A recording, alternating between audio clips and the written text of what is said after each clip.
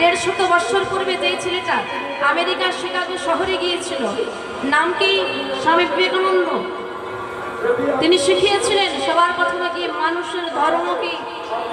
এটা কোনো হিন্দু ধর্ম নয়, এটা কোনো খ্রিস্টান ধর্ম নয়, এটা কোনো মুসলমান ধর্ম নয়। মানুষের ধর্ম, মানবিকতার ধর্ম, মানসিকতার ধর্ম। সেখানে অনেক জাতির মানুষ বসে আছে, হিন্দু আছে, মুসলমান আছে, খ্রিস্টান আছে, ইহুদি আছে, শিখ আছে, পারসিক আছে। তাহলে এত শত মানুষের মাঝে স্বামী বিবেকানন্দ বললেন সবার প্রথমে আমাদের মানুষের কর্তব্য পালন করতে হবে। Religion, what is religion? Religion is a concept that elevates animals to humanity and man to deity. কি বলছেন? Religion is a concept. এই ধর্ম এমন একটা ভাব, আপনি যদি আপনার নিজ ধর্ম পালন করেন, আপনি মানুষ, আপনি যদি আপনার মানুষ সত্য ধর্ম পালন করেন, মনুষ্যত্বের ধর্ম পালন করেন, মানবিকতার ধর্ম পালন করেন, তাহলে কি হবে? Animals to humanity.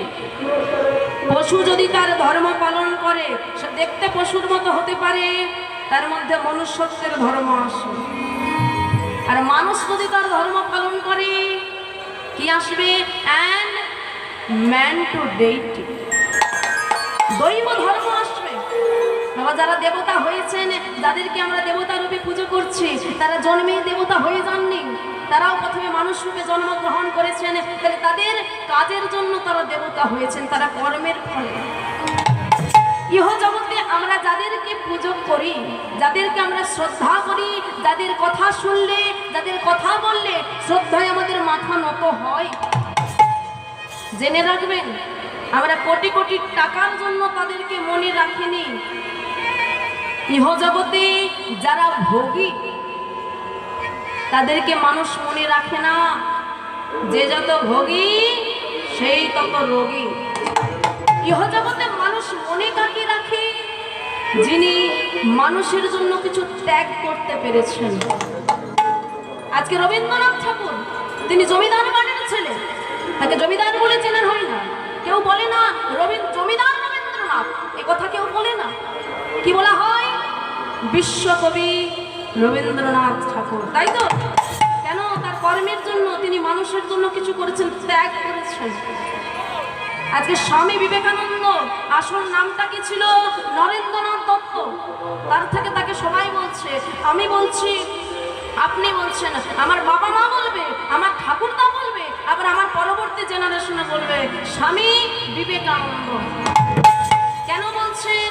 না, তিনি মানুষের জন্য কিছু করেছেন। ত্যাগী, যারা ত্যাগী মানুষ তাদেরকে পুজো করে। কেন? না, ভোগে নয়, ত্যাগের মধ্যে প্রকৃত সুখ লুকিয়ে আছে। কিন্তু আমরা, আমাদেরকে মানুষ কেউ মনে রাখবে না। আজ যদি মরে যাই, আগামীকাল এই রাত্রের মধ্যে আমাদের দেহটা পুড়িয়ে দেওয়া হবে, আগামীকাল আমাদেরকে আর কেউ মনে রাখবে না। কেন? আমরা মানুষের জন্য কিছু করতে পারি না। পেরেছি কিছু করতে পারি নাই। যদি করতে পারি তাহলে মানুষ আমাদের জয়গান গাইবে, মানুষ আমাদেরকে চিরকাল মনে রাখবে। আজকে আম্বানিকে পুজো করা হয় না, তার লক্ষ লক্ষ কোটি কোটি টাকা আছে, তাকে পুজো করা হয় না। পুজো কাকে করা হয়? যিনি মানুষের জন্য কিছু করেছেন। আজকে শ্রদ্ধার আসনে মানুষ রতন টাটার নাম শুনলে এক কথায় বলে ব্যক্তিটি খুবই ভালো। কেন? না, তিনি মানুষের জন্য কিছু করেছেন। তিনি শুধু টাকার পাহাড় যদি জমাতেন, তার যে টাটা কোম্পানির থেকে যে আয়টা হচ্ছে সেটা যদি তিনি গ্রহণ করতেন, তাহলে বাবা তিনি আজকে আম্বানির অনেক উপরে চলে যেতেন। তিনি তার রোজগারের প্রায় 60% মানে 60% তিনি এই জনগণের মধ্যে দিয়ে দেন, জনগণের সেবার কাজে তিনি বিলিয়ে দেন। তাই রতন টাটা মারা যাওয়ার পরে তাকে মানুষ আজও মনে রাখছে, ভবিষ্যতেও মানুষ মনে রাখবে। কারণ তিনি ব্যবসায়ী নয়, তিনি একজন শিল্পপতি। তাহলে আমরাও মানুষ, মানুষকে তখনই মনে রাখি যখন মানুষ মানুষের জন্য কিছু করে। জয় রাধে বাবা।